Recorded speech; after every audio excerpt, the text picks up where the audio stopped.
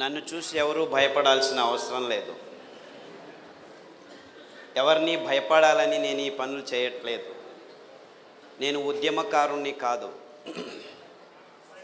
ఏ ఉద్యమాలు నాకు ఇష్టం లేదు. ఒక్కొక్కరు మారాలి, మన దేశమంతా ఆరోగ్యంగా ఉండాలి, అంతే నాకు కావాల్సింది. నేను వేరే వాళ్ళని ఎదురుసుకొని మీరంతా తప్పు చేస్తున్నారు అని చెప్పేదానికి రాలేదు. మనమంతా అందరూ అపోలో హాస్పిటల్లో ఉన్న వాళ్లకు రోగాలు ఉన్నాయి. ఆ డాక్టర్లు రోగాలతోనే కష్టపడుతున్నారు. 100 మంది ఎండి ఎంఎస్ డాక్టర్లను తీసుకుంటే అందులో 18 మంది బీపీ ట్యాబ్లెట్ తీసుకుంటున్నారు. 28 మంది డయాబెటీస్ రోగంతో బాధపడుతున్నారు. అందులోనూ 16 మందికి క్యాన్సర్ రోగాలు వస్తున్నాయి. అంటే గడిచిన 50 సంవత్సరాల్లో ఏ ఒక్కరిని ఈ రోగాలు వదలట్లేదు. స్వామీజీలకు రోగాలు ఉన్నాయి, చీఫ్ మినిస్టర్లకు రోగాలు ఉన్నాయి, లెక్చరర్లకు రోగాలు ఉన్నాయి, బ్రాహ్మణులకు రోగాలు ఉన్నాయి, ముస్లింలకు రోగాలు ఉన్నాయి, క్రిస్టియన్లకు రోగాలు ఉన్నాయి, జైన్స్కు రోగాలు ఉన్నాయి, సిక్కులకు రోగాలు ఉన్నాయి. ఎవరిని వదిలిపెట్టడం లేదు. చిన్న పిల్లలకు రోగాలు వస్తున్నాయి. కానీ మేడం చెప్పినట్టు బుద్ధుడు అనేవాడు ఒకడు ఉండేవాడు. వాడి దగ్గరికి ఒక ఆవిడ తన చిన్న పిల్లని తీసుకెళ్ళి, చనిపోయింది పాప. బుద్ధుడు చాలా గొప్పవాడు, భగవానుడు, దేవుడు అంతటి వాడు. బాబు నా పాపను బతికించు అని తీసుకెళ్ళిందట. బుద్ధుడు అప్పుడు చెప్పాడు, లేదమ్మా నేను బతికించలేను, నాకేమీ తెలియదు ఇలాంటివన్నీ. లేదు లేదు నీవు చాలా గొప్పవాడివి, బతికించాలి అని పట్టుబట్టింది. ఆవిడకి తన పిల్ల మీద వ్యామోహంతో వదలకుండా ఏడుస్తూ అక్కడే కూర్చుండిపోయింది. అప్పుడు బుద్ధుడు ఏం చేయడం తోచకుండా ఇవిడికి ఎలాగైనా జ్ఞానోదయం కావాలి అని, ఏం కావాలి, మీ పాపను బతికించాలంటే ఏదైనా ఇంటికి వెళ్ళి, చావులేని ఇంటికి వెళ్ళి ఆవాలు తీసుకురామ్మా, ఆ ఆవాలతో నేను బతికిస్తాను అన్నాడు. ఆహా అనుకొని ఆవిడ పరిగెత్తుకుంటికి వెళ్ళి అందరి ఇళ్ళకు వెళ్ళడం మొదలుపెట్టింది.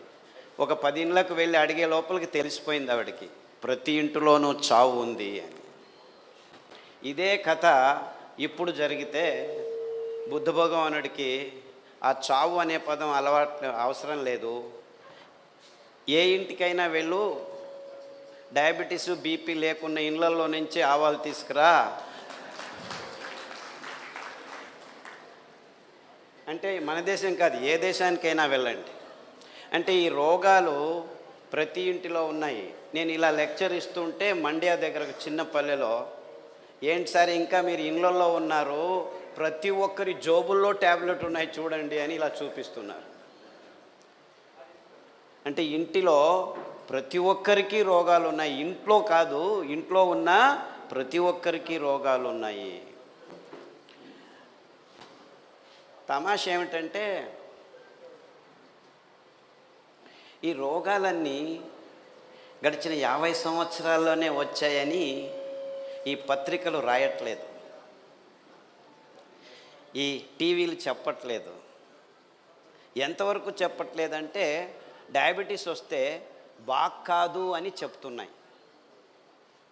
ఎంతవరకు చెప్పాయంటే, మీరు ఆఫ్రికాలో ట్రైబల్ విలేజెస్కి వెళ్ళి డయాబెటీస్ బాగు చేస్తాను నేను అని చెప్తే, వీడు పిచ్చోడు వచ్చాడు, వీడు ఇలా మాట్లాడుతున్నాడని చూస్తారు.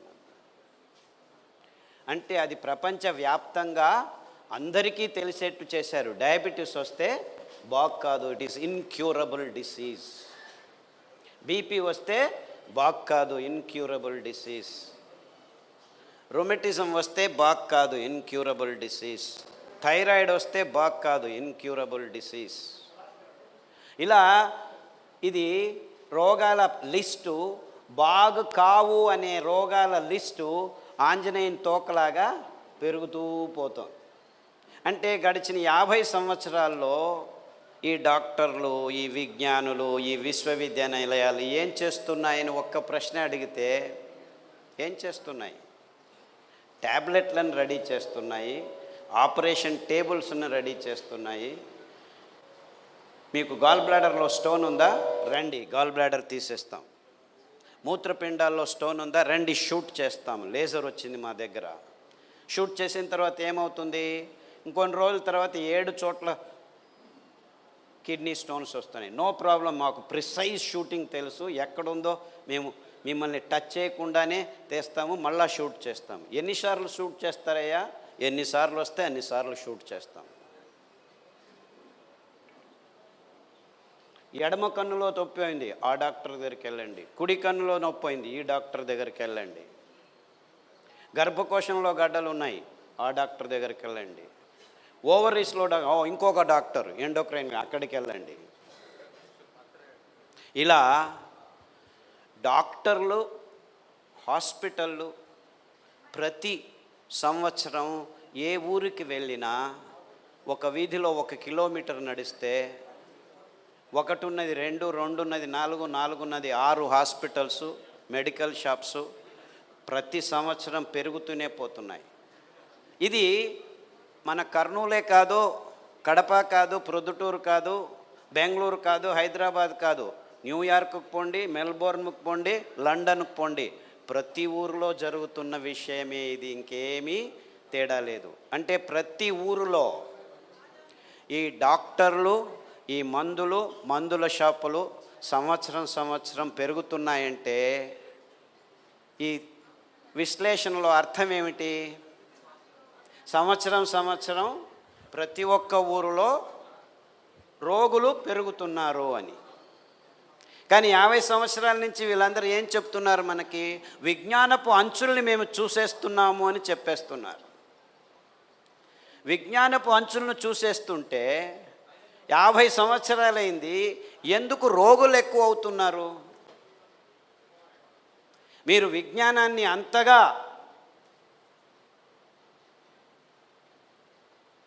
సాధించి ఉంటే ఎందుకు ఒక్క రోగం తగ్గట్లేదు? అంతేకాకుండా రోగాలు ఎక్కువయ్యేది కొద్ది కాకుండా రోగం వస్తున్న జనాల వయస్సు పరిమితి తగ్గుతూ వస్తుంది. 3 సంవత్సరాల పిల్లలకి క్యాన్సర్, 2 సంవత్సరాల పిల్లలకి డయాబెటీస్, 5 సంవత్సరాల అమ్మాయి ముట్టవుతోంది. ఇది రోగం కాదు. 14 సంవత్సరాలకు సహజంగా ముట్టవలసిన ఆడపిల్లలు ఇప్పుడు 7-8 సంవత్సరాలకు ముట్టవుతున్నారు యావరేజు. మొన్న నాకు ఫోన్ చేసి, మొన్న 4 సంవత్సరాల పాపకు ముట్టయింది, ముట్ట ఆగటం లేదు, ఏం చేయాలో దిక్కు తెలియటం లేదు, స్టిరాయిడ్ ఇంజెక్షన్ ఇచ్చాము, 3 వారాలకు ఒకటి ఇచ్చాము, ఒక్కొక్క ఇంజెక్షన్ 6,000 రూపాయలు, అయినా ఆగట్లేదు, 3వసారి మళ్ళా వచ్చింది, ఏం చేయాలి అని. ఏమీ చేయొద్దండి, మళ్ళా డాక్టర్ దగ్గరికి వెళ్ళకండి అని చెప్పాను, అంతే. డాక్టర్ దగ్గరికి వెళ్ళకండి, మీ ఊర్లో ఎక్కడైనా రావి చెట్టు ఉంటే ఆ రావి చెట్టు చుట్టూ తిరగండి, ఆ ఆకులు తీసుకొచ్చి రోజు కషాయం తాగండి, సామె బియ్యం పాపకు గంజి చేసి తాగించండి, పొద్దున గంజి చేసి రాత్రి తాగించండి, రాత్రి గంజి చేసి పొద్దున తాగించండి అని చెప్పాను. 3 రోజుల్లో అమ్మాయికి ముట్టు ఆగింది. 1 కాదు, 2 కాదు, 3 కాదు, ఇలా నాకు గడిచిన 10 సంవత్సరాల నుంచి వారానికి ఒకరు ఫోన్ చేస్తూనే ఉంటారు. 100 మందికి ఈ చిన్న సహాయం అంటే సామెల గంజలు తాగండి, రావి చుట్టూ తిరగండి, రావి ఆకు కషాయం తాగండి, దగ్గరలో వేపాకు దొరికితే వేపాకు కషాయం తాగండి. చిన్న పిల్లలకి ఇంత ఘాటుగా ఉంటాయి కషాయం అంటే మీరు కంగారు పడకండి. 1 లీటర్ని 1/4 లీటర్కు కుదించాలి, అందులో ఘాటుగా ఉంటుంది, దాని వాసన చూస్తేనే మాకు కష్టమవుతుంది, ఎలాగో ముక్కు మూసుకొని మింగాలి, అలాంటిదేం కాదు. జస్ట్ 4 ఆకుల్ని నీళ్ళల్లో 4 నిమిషాలు మరిగించి వడపోసుకొని దానికి మంచి తాటి బెల్లం పాకం వేసుకొని రుచిగా చిన్న పిల్లలకు కూడా తాగించవచ్చు, మీరు తాగొచ్చు. ఇలాంటి కషాయాలు ఒక 50 రకాల కషాయాలని మేము గడిచిన 10 సంవత్సరాల్లో మానవునికి వస్తున్న అనేక రోగాలకు అతి సరళంగా ఉపశమనాన్ని కలిగించే విధానాన్ని కనుక్కున్నాం. అది రావి ఆకు కావచ్చు, పారిజాతం ఆకు కావచ్చు, జామ ఆకు కావచ్చు. ఈ దినం వచ్చారు ఒక ఆయన, డాక్టర్ ఆయన, 80 సంవత్సరాలు ఉన్నాయి. 80 సంవత్సరాలు. తలనొప్పి, మైగ్రేన్ హెడేక్, గడిచిన 35 సంవత్సరాలుగా ట్యాబ్లెట్ తీసుకుంటున్నాడు. ఈజ్ ఎ ప్రాక్టీసింగ్ డాక్టర్, ఇప్పటికీ ప్రాక్టీస్ చేస్తున్నాడు. ఆ తలనొప్పి వస్తే 2 గంటల తర్వాత వాంతికి అవుతుంది. వాంతికి అయిపోతే ఇంకొక గంట ఆయన ఎవరితో మాట్లాడలేరు. ఆ డాక్టర్ నాకు చెప్పిందంటే, క్యాన్సర్ వచ్చినా పర్వాలేదు, ఈ తలనొప్పి మాత్రం బాగలేదు. అంటే ప్రజల్లో ఏమిటంటే తమకున్న రోగమే చాలా పెద్దది అనిపిస్తుంది. ఎందుకంటే 30 సంవత్సరాల నుంచి కష్టపడుతున్నాడు. మైగ్రేన్ హెడేక్, ఆ తలనొప్పి వస్తే వాంతి అయితే నిశ్శక్తమై నిర్వీర్యమై గంట సేపు 2 గంటల సేపు పడుకున్న చోటే పడుకొని ఉంటాడు. నువ్వులు ఇనుప పెన్నం మీద టపటప అనేంత వరకు సన్న మంటలో వేయించుకొని పొద్దున పడిగడుపున ఒక చెంచా తీసుకొని తినండి, నములుతూ తినండి. నాకు పళ్ళు లేవు బాబు, 80 సంవత్సరాలు అన్నాడు. సరే తినద్దండి, తాటి బెల్లం వేసుకొని లడ్డు చేసుకొని పౌడర్ చేసుకొని నోట్లో పెట్టుకొని చప్పరించండి, 21 రోజులు చేయండి. 3 రోజులు చేసేలోపే ఆయనకు రోజు వచ్చే తలనొప్పి 4 రోజులకు ఒకసారి 4వ రోజు వచ్చింది. అయ్యో మళ్ళా వచ్చిందే అనుకో. నేను చెప్పాను 21 రోజులు చేయాలని. ఇంకా 3 రోజులు తిన్నాడు, 12 రోజుల వరకు తలనొప్పి రాలేదు, మళ్ళా వచ్చింది. ఇంకా 3 రోజులు తినే లోపల మొత్తం 18 రోజులు అయింది. తర్వాత తలనొప్పి రానే లేదు. 21 రోజులు అయిపోయింది. ఇప్పటికి 8 నెలలు అయింది, ఒక్కసారి కూడా ఆయనకు తలనొప్పి రాలేదు. ఈ మనిషి ప్రాక్టీసింగ్ ఎండి డాక్టర్, 30 సంవత్సరాలు ఈ సోకాల్డ్ ఆయన అమెరికాకి వెళ్ళాడు, అన్ని చోట్లకు వెళ్ళాడు, లెక్చర్లు ఇచ్చాడు, అంతా చేశాడు, ట్యాబ్లెట్లు తీసుకుంటూనే ఉన్నాడు. They could not help themselves.